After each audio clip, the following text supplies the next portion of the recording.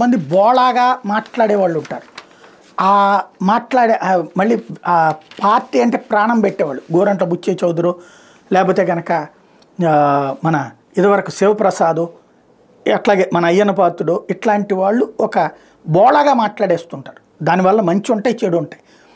అదే సందర్భంలో ప్రజలకి ఏదో ఒకటి చేయడానికి తమ దగ్గర ఉన్న డబ్బులు ఖర్చు పెట్టేటటువంటి వాళ్ళు ఒకప్పుడు తెలుగుదేశంలో హయ్యెస్ట్ వాళ్ళే. అసలు తెలుగుదేశం అధికారంలో ఎక్కువ కాలం ఉండటానికి కారణమే వాళ్ళు.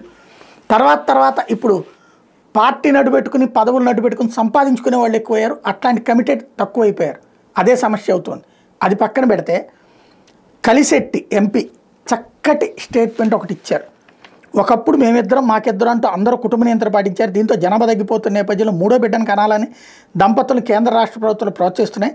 నా నియోజకవర్గ పరిధిలో మూడో సంతానాన్ని కనే వాళ్ళకి నా వంతుగా ప్రోత్సహించాలని నిర్ణయం తీసుకున్నా అంటూ విజయనగరం ఎంపీ కలిశెట్టి అప్పలనాయుడు చెప్తున్నది ఏంటంటే, ఏ కుటుంబంలో దంపతులైనా మూడో సంతానంగా ఆడబిడ్డను కని జిల్లా కలెక్టర్, స్త్రీ శిశు సంక్షేమ శాఖ అధికారుల దృష్టికి తీసుకెళ్తే వాళ్ళ సిఫార్సులతో నా సొంత నిధులతో 50,000 ప్రోత్సాహంగా అందిస్తాను అంటూ ప్రకటించుకొచ్చారు. ఇదే విషయాన్ని నెల 8 మహిళా దినోత్సవం రోజు బహిరంగంగా వెల్లడించారని చెప్పారు. అదే సందర్భంలో ఎవరికైనా మూడో సంతానంగా ఆడబిడ్డ పుడితే ఆ పాప పేరిట 50,000 బ్యాంక్ ఖాతాలో జమ చేస్తానని చెప్పారు.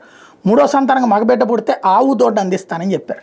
ఇది ఆయన సొంత డబ్బులు ఇద్దాం అనుకుంటున్నారు. చాలా మంచి ఆలోచన. కాకపోతే ఏంటంటే ఆ తర్వాత పోషించేది ఎవరని, విద్య, వైద్యం, ఈ రెండే ఇవాళ బిడ్డల్ని కనడానికి లేకపోతే పెంచడానికి కష్టమవుతుంది. అది గనక ప్రభుత్వాలు సమకూర్చగలిగితే నలుగురు కాదు 40 మందిని కనమన్నగా అంటారు.